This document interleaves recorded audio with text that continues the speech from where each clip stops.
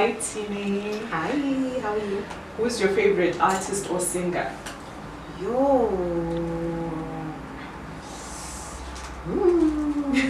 I like Madison Award. Oh my God. Madison Ryan Award. Please search who that is on the Okay. internet. Okay. We do not know her. You know the song though, it trended on Instagram. But you know, she's like very, when you listen to her music, you think it's secular music, but it's not. So Yeah, it's gospel. It's gospel music, really nice. Wow. Yeah. That's amazing. If you had to be an animal for a day, what would it be? If you had to be an animal for a day, what would it be?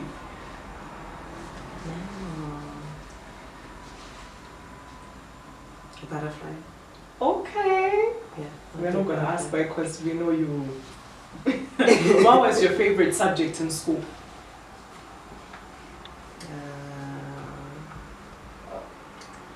No. History?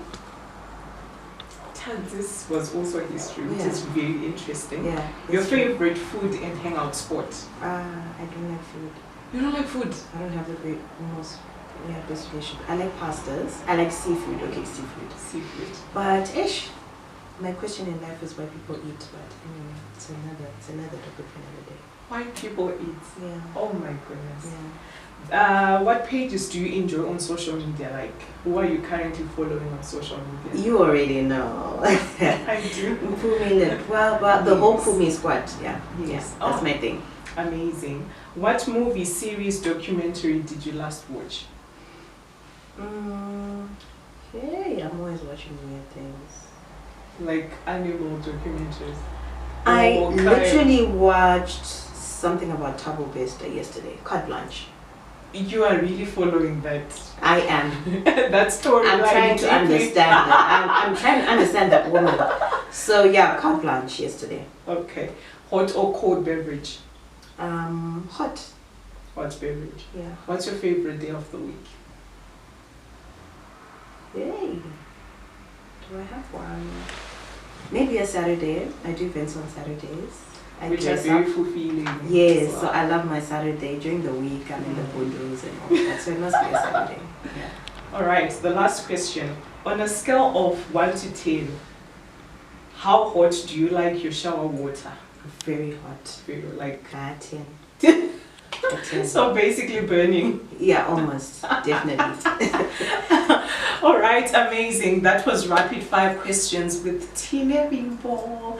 And I'm so excited to have you all on this podcast. My name is Consolata Kapuya. I am the pastor and visionary of Princess to My Daddy, and now the Princess to My Daddy podcast. And today I'm really excited to have the amazing and the phenomenal Tine Bimbo Mataz. So welcome, Tine. Thank you for having me. Yeah, I'm really excited. Okay, before I get into the deep bio, I want to say I actually had the privilege to edit her third book, Yes. Woman Rise, and I wrote her forward as well. Yes. So, which is pretty exciting. But Yeah. right here, I'm just going to go through a little bit about your bio. Like, she's doing a lot of things, but just a few that I can mention. She's a philanthropist, author, wellness consultant, speaker, advocate, life coach, founder of Is I Am Foundation and Zimbabwe Endometriosis Network, part of the 20 most influential young Zimbabweans, part of the Obama Foundation, African Leaders Founding 100, ambassador of Help.co, a health-based startup in the USA. She is the cum laude, is that how you say it? Which basically means that she's got a distinction, right? She's like the best student. 24. Yes. What? 30. We didn't go ask her why. Yeah. Right? 24 distinctions, right? In community and health psychology, all while diagnosed with endometriosis. So despite being diagnosed with stage 4 endo, she has helped women and has saved the lives of men who wanted to commit suicide as a result of the same. Help to boys, girls, and community leaders, communities at large. Written books about turning pain into power, unmasking endometriosis, and Woman Rise. like I said, I was privileged to edit and write the foreword. She supports a teen mom safe house where young and abandoned mothers as young as 13 are being housed. She provides skills training, mental health support, vocational workshops, e.g. baking, empowering them with tools to help them for their reintegration in the society.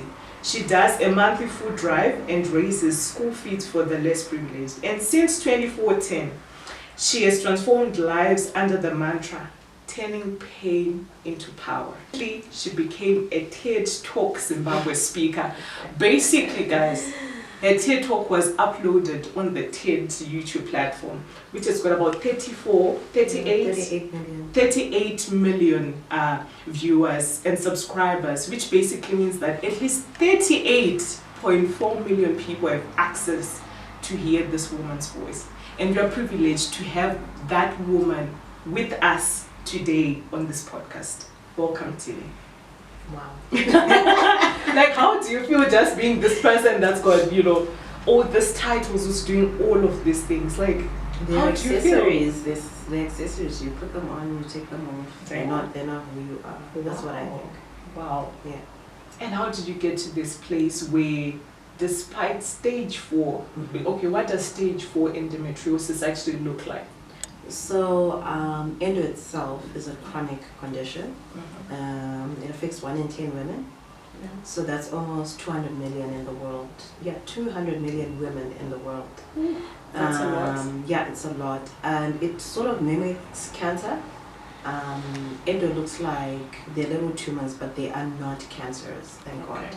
But you're basically going through the same thing someone with cancer would go through, right? I mean, this is me, and who I am. I actually started chemotherapy a month ago. Yes, I started chemotherapy a month ago. So I'm feeling very tired. I'm feeling out of it. It's quite hectic. Not because I have cancer, but because the endometriosis became so bad that it's growing at a rapid pace. And the cells in my uterus were starting to look cancerous. So I started that a month ago. It's been very hectic.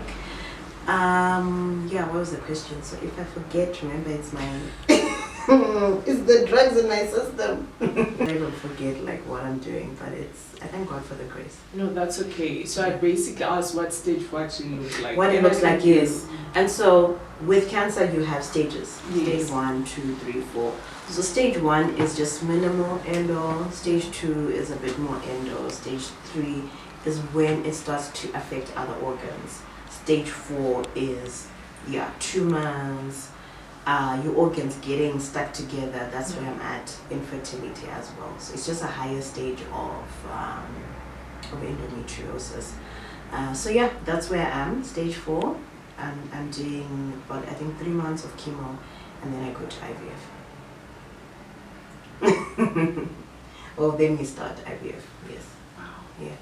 I'm really looking forward to that. I remember my first time meeting you was at a women's event, and you were all dolled up as usual. And I remember you were in a purple dress, and you were just slaying, like you were a panelist. That's why I'm on these low colors today, because she's just trying to be humble. I'm just trying to just keep relax it low today. key. Yeah, I love wearing color. And I remember seeing you and thinking, oh my goodness, I would want to be mentored by this lady. Only for you to open your mouth, and I'm like, Wow. she cannot have gone through all of this. Yeah.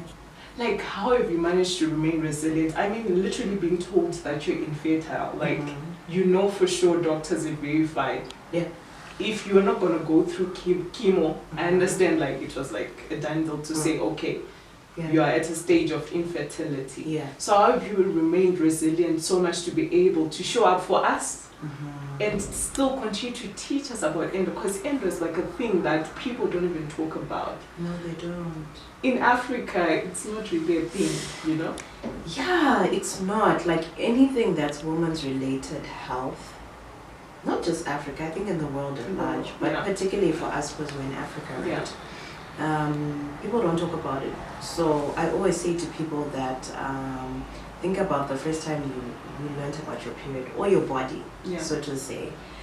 Did you actually have that conversation?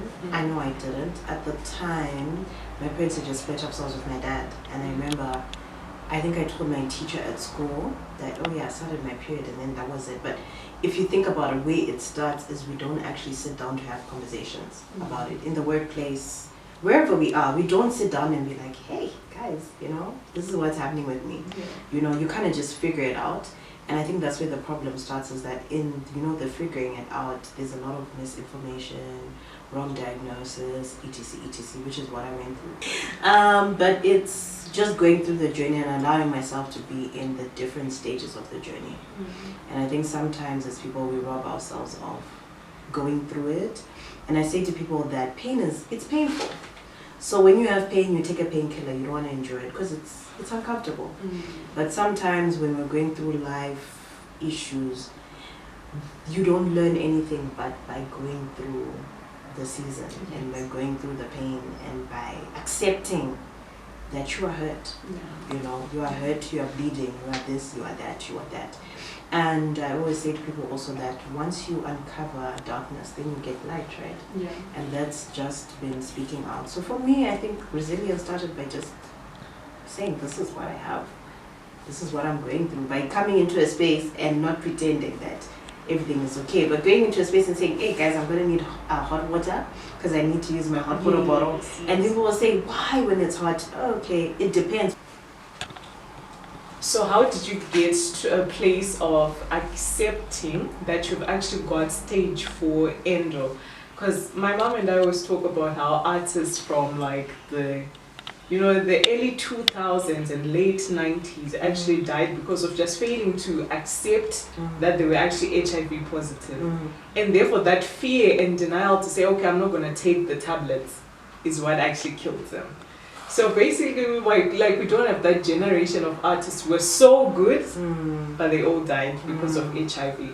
But like, how did you yourself get to this place where you say, okay, I have endo, now these are the steps that I'm going to take so that I become better, and not only so, I'm also going to help other people, not only women, but everyone. Including men. It was very hard, or is still very hard. I mean, I'm a Christian, I'm a believer, so you grapple, right? So at some point you're really like into the disease itself, and then some days you're like, no, you know, this is not happening. But I think it initially started with, like I said, 5 years of not knowing what's wrong with you is very, very hard. You start to think, is there something wrong with me, like psychologically? I even got to the point where doctors were saying, we don't see anything that's wrong with her. We think you should see a psychologist. And then it really caused a big strain in my family as well, because people can see that you're not okay, but the doctor is saying you're okay. So when I finally got the diagnosis, it was like, wow, so I wasn't mad after all, you know. That was a sigh of relief. But then, unfortunately, because I had it for so long and it wasn't treated, he's telling me it's stage 4. So I'm having to deal with like 2 different things of, wow. And I even felt like, you know, those people who were saying I'm crazy, you know. I finally proven myself that I'm actually not crazy. You know. But then it's so hard to do it, because then you run to Google, you see these images, you read these stories, and it's a lot of emotional torture, actually, you know. And one thing also is doctors sometimes don't really explain it to you. They just give you information and then you have to figure it out. So what I did is initially I joined a lot of like Facebook groups. I think that must have been 2013 or so. Facebook groups. The support groups. Support groups, but we didn't have any in Zim. Now I can't relate to these women. They're not my color. They've never been to Africa. I mean, you're talking about the same thing, but you're still not talking about the same thing in terms of environment. And that's when I started the Zim Endo support network, right? I think that for me was still part of the journey of accepting what was going on. And then hearing it also from other women who are going through the same thing, it's like, okay, this is actually happening. But I think for me, what I've managed to do, or what God has helped me do, is to live with it, but not be it, right? And I think there's a very fine line between glorifying it, though I don't think anyone would ever glorify a disease. Yeah. It may come out that way, but I don't think that's what it is. It's just not knowing what to do. First of all, I will say to people who say, oh, maybe someone is pretending again, I don't think anyone would pretend to be unwell. And if they are, then there's still something wrong with them. They deserve to get, whether it's psychological or physical, being unwell is being unwell, you know.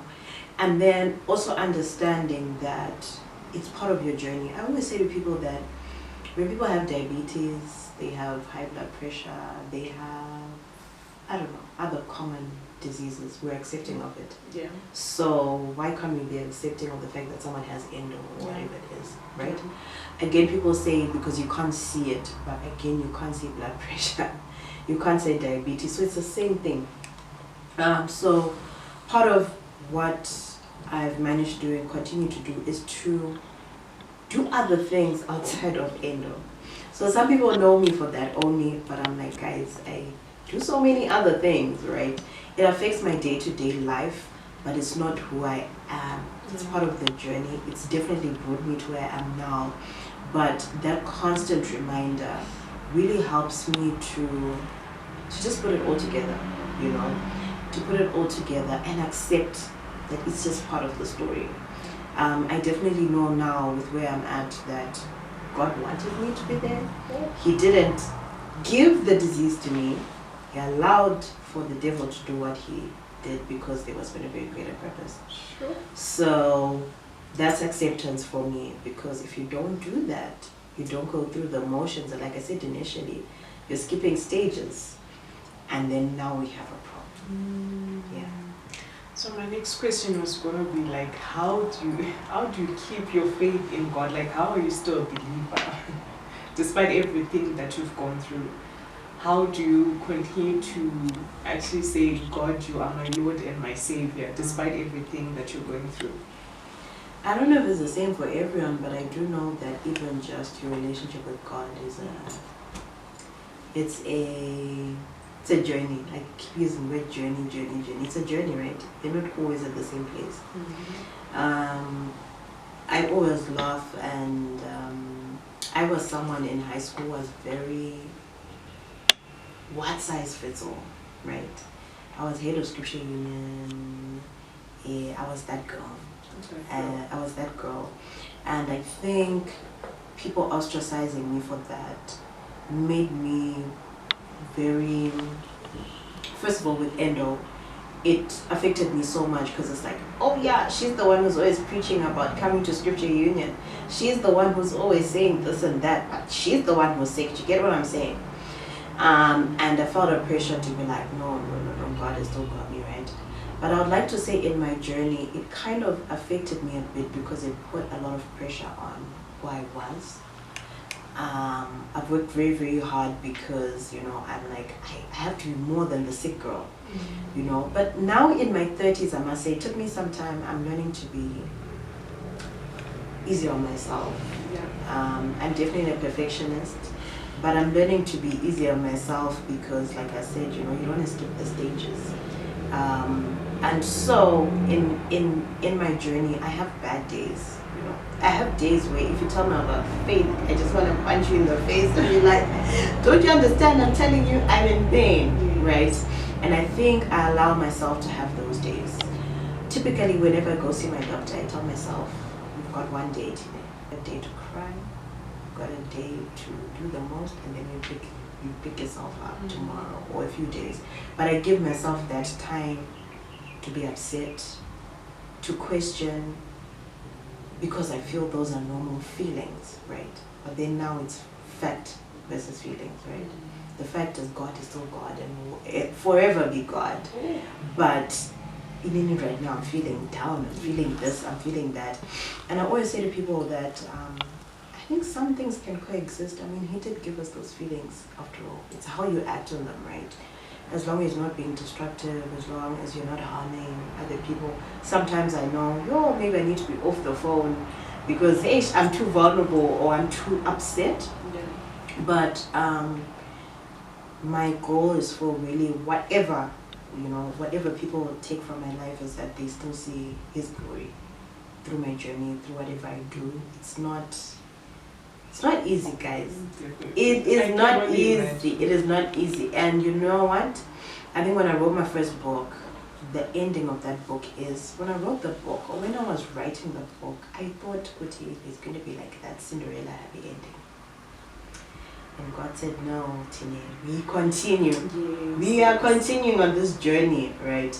And it's still about praising Him whilst doing it and being vulnerable and honest with Him. But you know what? This is not it. But as I'm going through it, to continue to talk to Him, you know, I love the Bible app.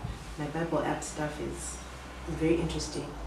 One day we were here, next day we're here, next day we're here. But like I said, also just trying to be very soft on myself and realizing that I'm human. That's why I'm human. That's why He's God. Yeah. So what you're saying, basically, I'm picking that you actually have a personal relationship with God.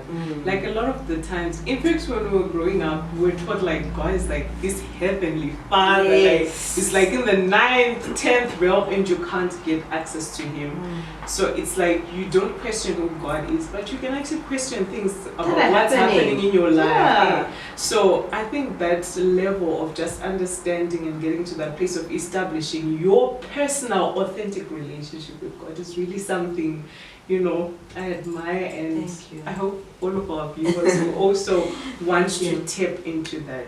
It's amazing. So, do you think that this journey that you've been through has helped you in terms of like valuing your time? Like, you know that verse that says our days are numbered, like you literally know that you are leaving, but you just value your time so much. You're not gonna waste time. Do you feel like you're in such a space where you want to do the best you can in the time that you have? Has that changed your perspective on time? Definitely has. Some people don't understand it, and I say to people that number one, I'm getting older. You know, I'm getting old. Secondly, because I understand what it's like to wake up and just struggle. So literally, women with endo, fibroids, or someone living with a chronic illness, is you're waking up and you're struggling. There's something called the spoon theory, and what happens with the spoon theory is that you have a certain number of spoons every single day. It varies, but let's say every day you have 5 spoons. So 5 spoons is I have to wake up, do chores, and I need to cook, and then I need to come for the podcast. And then I need to, I don't know, you know, self-care for me. I love a lot of quiet time. So the spoon theory. And in essence, it's not really having time for things that don't add value. Because typically I'm someone who needs to rest a bit more. My body starts to ache seriously at a certain time. You know, things like that. Just being very self-aware. And like I said, it's not to glorify, but just to understand that's the season that I'm at now. And we wake up next year and it'll be all gone, and hey, we'll enjoy, you know, we'll enjoy. But I think because you put a time span in life, we put a certain time that by this time, and I think sometimes even in the church, what has hurt a lot of people, a lot of women is, especially I'll speak about infertility, is that you're told, by this time you're going to have a child. When that doesn't come, it really breaks you. So something that I've been starting to do in my journey is I spend some time with my friends' kids. You know, I'm Auntie Tine, Auntie Honey. My friends call me Auntie Honey because I'm that auntie who just comes. I'm like, hey, hon, you know, they call Auntie, Auntie Honey. And sometimes I've been pouring more time into my friends' kids because I ask myself, oh Lord, what if I'm just that cool aunt? It happens. It can happen, you know. But again, like I said, there's some glory that's gonna come from it. whilst I'm in my journey. And then basically maybe the places that I go, the people that I give that time, equity, and Tine, you know, not the life coach, not the that, who gets that time. It definitely has made my life very structured. I try to keep time. Time is money. Time is everything. Do keep time. It's everything. It's losing a spoon. I could be losing a spoon. And definitely, yeah, it's been. I haven't had. And I'll be very honest. I haven't had the luxury of just using hours since I was a teenager. Since I've been living with pain for almost 17 years, I didn't get that luxury. Someone asked me one time, and they're like, you know, we just see this and I'm like, yeah, literally the other time I'm in PJs and I'm sleeping. You know, But unless you want to see that, I do. You're very transparent. Yeah, I am, because that's the reality of it. It's not sustainable. Even for people who don't have, it's not sustainable. There are times where you just want to wear your bonnet and your gown and it must just be normal, you know. And so definitely time is very important to me. There's a lot of value on my time. In order for me to be a better me, to show up in spaces and not look like I'm sick, to also give people the best of me. So yeah, it's definitely something that I have to do. It's a must. Lost a lot of time trying to figure out, or I feel I lost a lot of time trying to figure it out. Sometime not in school, especially after my high school years. I was out of school for about 4 years, just trying to figure this Endo thing out. And also, personally, sometimes I wake up and say to the devil, okay, the more you do, the more I'm gonna do. So we are catching up for last time as well. Right, that's amazing. I think all of us can learn, whether you have a chronic illness or not, but generally learn to actually value your time and understand that we are literally passing by the earth. We're just passing by. This is not our permanent home. So whatever time we have, whatever resources, in any way that we can, I think it's best that we walk in purpose. And I think you're doing a great job at doing that. Thank you, really. Yes. You need to just send me a message every day and remind me once, so please. I'll do that randomly. When you remember to. That would be nice. And then now I understand that there are a lot of comments from, I wouldn't know about, I understand you're married, right? We always celebrate your traditional anniversary on Instagram. Yes. Right? So how has that journey been? I wouldn't know about the dynamics with you and your in-laws, but generally in the African society, to say, when are you going to have kids? What's this disease? Like, how are you dealing with people's comments? And I know even sometimes, like you're saying that, you know, it's not to glorify this disease. I know there are some people that can think you are actually doing so. And some people do not mind their business enough to keep quiet. And they'll actually say it. Even comment on social media. So how do you deal with such comments? Well, I think I'm very much about authenticity. What you see is what you get, right? But it does affect me. Like I don't know whether I'll tell. I'm a small girl. I'm a big girl. I don't know. But I was very small for some time, until maybe 2 years ago. And then because of treatments and yada, I've put on some weight. Yeah, the greeting. My gosh.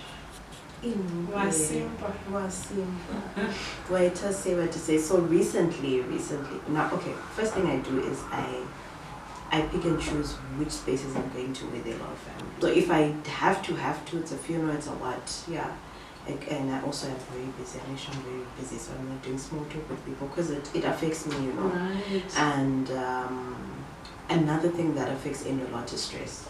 So I try. Most people say, Tine, you always chirpy, whatnot. And I'm like, I'm also taking care of my body because when I'm low, it just, you know, it gets worse. So the family member came up to me and she's like, yeah, you called to see him. I kept quiet. She said it another time, kept quiet, said another time, and then I just said to her, yo, ma'am, no, it's not going to happen. She was shocked because I'm not, and this is like I'm not very confrontational.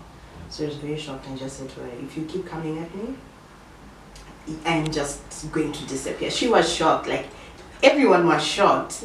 Okay, nothing I'm learning, use your mouth, you know, use your words. Boundaries are very important.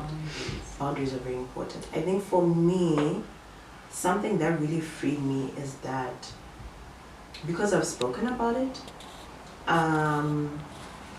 it's there. You know, you don't have to ask. And I always say to people that I would rather you come and ask me what's going on. You know, don't, people snide, you know, especially in African culture. You know, but she's put on weight, what's happening with the baby? If you don't understand, come and say, Tine, I really don't understand what's going on. Your approach is very, very, very important because it's something that I'm dealing with every day. I'm dealing with, the other day I said to my hubby, my new body. He's like, what do you mean? I feel like I'm in a new body. I'm in a heavier body, right? And he's like, I don't see it. But I was like, it was something that I was like, it's a feeling like, you know, because people who know me are like, yo, you went from like, at some point I was 49 kgs, like almost anorexic. It was bad. But I told you, for me and food, I'm trying. I have a friend of mine who sent me a message like, have you eaten breakfast? I'll be like, no. Yeah, it's just a thing. No, this is a shocking revelation. Really? Have you ever seen me eating? No, not really, right? I think we were like at worship night or like it's an event, so yeah, you know, I'm not really seeing if you ate or not. Some food makes me feel unwell. It's just it's hectic, but I'm trying because you know I am on like very strong medication. I need food, but it's really setting boundaries and just communicating in, for me, I believe, in a polite way. Do you know, you're affecting my mental health. That's what I say to people, that there she goes. Like, you're affecting my mental health now. Yeah, you're affecting my mental health. People were shocked. And I was like, yeah. My grandmother even came, she's like, and I'm like, no, this woman has been coming at me for like I'm minding my business, like she's been coming at me. And I always say to people, do you consider, have you thought, that maybe some people don't want kids? It's there. It's there. There are people who just want to live their best lives. It's there. It's just that you put people in such corners that they can't even tell you that, no, I don't want kids. There are people who've had so much trauma that they don't want to bring kids into this world. There are people who've gone through different situations that they don't want it. But I think as a woman, it's put your sense of worth is taken from how many kids you have, the sex of the kid. And I think something that I've done is I try my best to be like, but guys, I think I'm giving you enough, eh? I'm trying to do my own thing outside of being a mom. And it's been and there's so much more. Yes, but you feel it. You do feel it. Like sometimes I'm like, hey, like, what is it like to be a mom? Like, what is it like to carry a child? What is it like to be able to do this? And then I have to remember, but I'm also doing these other things, you know. But I think it's also about talking about the fact that we are other things except baby making machines, you know. I love the other day and I saw someone saying my womb watchers. Some people are just watching my womb watchers, and I laughed and I was like, I get it. But I think it's about just communicating your boundaries, creating them. Yeah. Because also remember that we are dealing with different generations. So explaining maybe to your Sekur about mental health it's definitely tougher than to me. To you. Even about boundaries. Even like about boundaries. Like what boundaries are you talking about? I'm I'm your mom, I'm your this, I'm your that, I'm your that. So sometimes you have to do it in a tactful way. Know the people that you can go and be yourself to and not be. So typically for me, and because I need to protect my mental health, and that's how I deal with it. Diane, she has to call. That's how deep it goes. She has to call and find out what's going on because she knows how I live and how I do things.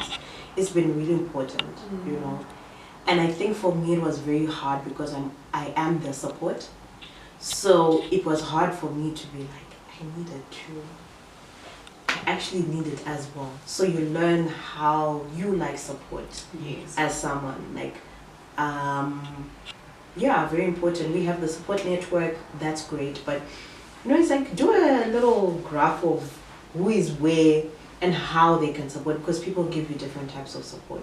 It's very, very essential, and it doesn't have to be. Another important thing is sometimes you want support from people who are incapable or don't have the capacity to give you that support. And sometimes it's for example, maybe it's your brother and he can't do it. Maybe he doesn't understand it. Maybe it's traditional, I don't know. Allow yourself to have random people. But I think my cousin always say we rate people. And we say this one, this one, this one. But in a world of I don't know how many billion people, trust me, there are people who want to support you. I have people who have never met me, who follow me, who sometimes are like, Tine, that is wasting union. Don't use it on the girls. Don't use it on what? Take yourself just for yourself. Yes. You know, that's also support. Yeah. And I think it's important to also allow yourself and open yourself to receive it. Ooh. Yeah. That's mind-blowing. Like compartmentalizing relationships. Yes. Sort of, that really helps. And we get mad For when real, Konso doesn't, you know. Ooh. When Konso That is doesn't. true. Wait. Before you talk about that, I was gonna ask how you navigate adult friendships and relationships in general. Because I feel like there's a lot of drama Yes. around that. Yes. And now what you're about to recite is also a part of that. So for me, I mean, I had a conversation with my friend the other day. I think you follow me, you know. I don't have one type of friend. I have different types of friends. Yes. In every space. How does she balance? Like, yo. Funny enough, like I told you, I was very much someone who just had one type of friends, right? Yeah. And then I got very disappointed because I was like, they can only give you that. Yes. Obviously, I have my inner circle, but then everyone is on a different journey, right? I was there and there and there, and you're changing and you're being very humans are dynamic. Yes. And so you're changing, and I feel that especially as people who are Christians, we are very critical, very judgmental. We can be, and it can stop us from creating relationships with certain people who can otherwise help you at a certain point in life. And I thought it was a weakness, but I actually recently realized it's a strength that anyone can feel comfortable with me, right? And sometimes it's kind of hard because I feel like, okay, where am I? But then I have to remember again, you know, who I am as Tine outside of, like I said, the life coach, because I'm different things to different people. Yes. And so it's really good to be able to make everyone around you feel loved. When I typically get to spaces where there are different girls as well, I know this one likes this one likes this one likes this one needs attention, this one needs less attention, this one is clingy, this one is... I think maybe it's just also profession, maybe the psychology part of it. Profession. Yeah, the psychology part of it. And I always say to my other friends, just realize the space that you're in. Sometimes you're in a space where you're not there to make friends. You are there to work. Just business. It's just business. Them for me has not been the easiest, but as I'm aging, I'm getting better at it. You know, I'm getting better at realizing that no, but this one cannot be Dion. And this one cannot be Consolata. That's true. And this one cannot be Ningi because of different backgrounds and what. My cousin and I say we're each other's yellow. Tinon's Wisisana on different levels. She's my cousin. She's known me for a long time. Other friends come, go. But I then shouldn't put pressure on someone for not giving me what my cousin gives me. And that's how I navigate it. Oh. Like, that's some deep level of maturity. You have to. Some people, I say, they don't have the capacity. Yeah. So when you have a certain issue in your work, remember that maybe they don't have the capacity right now. Yes. You know, and it's okay, don't take it personally. It's not about you. It's about them. Yes, again, you need to be careful about your friendships and who's your circle. But I think we take it so personally and you get so mad when it's just simply understanding the people and at the level that they're at. And so for me, it allows me to have little sisters, bigger sisters, older friends. I have a friend who's 50, over 50, and she's a friend of mine, you know. And yeah, That's how And I think also, like, we struggle to communicate. Yes. Like, we communicate so well in romantic relationships to say, I would have loved for you to do this way. Yes. But when it comes to your friends, you actually really voice out the things that will really, matter to you and the things that you really love. But if we treated our friendships like we do our romantic relationships, I think generally as women, it's only one. It's one male to deal with. But friends, it comes and it goes. But yeah, I think we also need to be more forgiving and more intentional. Yeah. In love languages, love languages. Meaning this one to all. This one, she likes gifts. So gifts sorted. With birthdays, I know my friends would have. This one wants you to do a meal. This one wants a gift. This one wants you guys to go out, and you go out. It's understanding the love languages. Yeah. So I've seen you collaborate with a lot of women. Yes. And lots of women, I like do. literally from all walks of life. And like you were saying earlier about us not necessarily like sticking to one type of friend. I've seen you collaborate with myself included, which is like where is the connection? Yeah. You know what I mean? So what can you say about women collaborating with other women? It's collaboration over competition. You're not in competition with the other person. You will never be me and I'll never be you. By virtue of the fact that we have different journeys. You've never experienced endometriosis, right? Collaborate, like what people need to understand is that the space is big enough for all of us. We have a scarcity mindset. So I feel for women, because I'm a woman, is that we feel that if we put this person in my space, okay, maybe they'll get my contacts, okay, maybe they will. You've helped someone out. If I put them, maybe they're going to copy me. They can't copy you, they're not you, right? If I do this, maybe even, people are very, they get very antsy about even friends. Like, actually, why didn't you meet my friend? That's my person. No, like, it's collaboration over competition. If people understand what we can do in numbers, obviously for me it has to be people who kind of share the same values. But I don't mind being in a space and you take this, I take that. In fact, you're making my life easier, But I think it's very, very hard for women. Why I said, with Mpumi and her team, they're doing almost the same thing, just on different levels. Yes, definitely. But if we are going to talk about their content, it's woman-based. Yes. But they're doing it in a different way. And I love different girls in that Ntabi saying, I love her. I feel that she's very soft-spoken and, then other girls that be too vavavoom for me. But I think that is a good example. Yeah, like it just goes by personality and energy, the type of energy, because I'm very soft-spoken. So I think I would naturally incline to someone like that.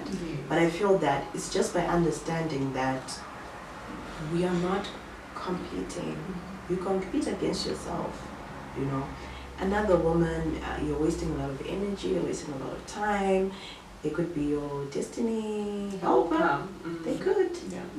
Just by you being in that space. They could. Alright. This was so great. Wisdom. We have to talk about that. Guys, am I sleeping? You really are. No. You really are. I'm not asleep. You are. Not in the negative sense. I Okay. know people usually use sleeping in the negative. Yeah. So I'll keep at You it. just like literally Don't always retire. nice. Don't retire. And I'm 32, 35, I'm done. No. I'll be rocking mom pants and watching. No, I'm joking. I'll try my best. Alright, so how does it feel to see, like to literally see the impact that you've made up till this point? How do you feel despite everything that you're going through? Like currently, not that you've been through in the past, yes you've been through, but you're also in it. How does it feel to see that impact? I think I suffer from imposter syndrome. My God. Yeah, I don't. So like you actually don't sit down to like take it all in and I like don't know, I really think celebrate. so being someone who's like a life coach and stuff, I try to see a therapist every week. And the last time I actually saw her, she said this to me. She's like, this is too much. I want you to go. So if you see me do that post, I want you to go and write a post and say, I did that. I was like, I can't. She's like, no, you have to. And I'm like, I can't. guess humility also keeps you grounded. You know? Yeah, I think for me it's, maybe my goals are changing as well. So this may look great. I mean, the TEDx thing, I'm still processing. I have processed it you for processed? you. I have not processed. Yesterday I was sitting and I was like, going back. I'm like, did this happen? Did it happen? Yeah, I think I need to work on that. I think I definitely have imposter syndrome where I'm like, no, this is not even it Please yet. celebrate every milestone. And I think the only danger is like over celebrating such that you don't continue to grow. But you don't be celebrate complacent, and like I'm saying, like if you asked me 2 months ago if I thought I was doing TEDx, no. I almost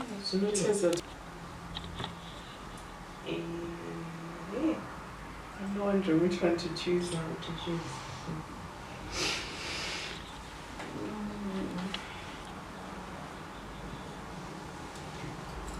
All right.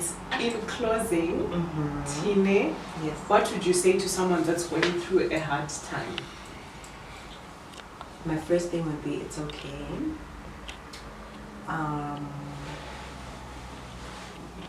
Be naked. When I say naked, I'm not talking about physical nakedness. I'm talking about emotional nakedness, right? And I find that it's very hard for us as people. Just now as we were talking about my TED talk, it was called The Mask Theory. And I could have, a lot of people thought I was going to speak about Endo. Well, I didn't, but I threw it here and there, but it was just thinking about where we are as a society generation, that we're all wearing, different masks. We're not naked. So before I'm even naked with you, I have to be naked with myself. So as you're going through the hard time, you have to be naked with yourself and be like, yeah, this is hard. This is hard.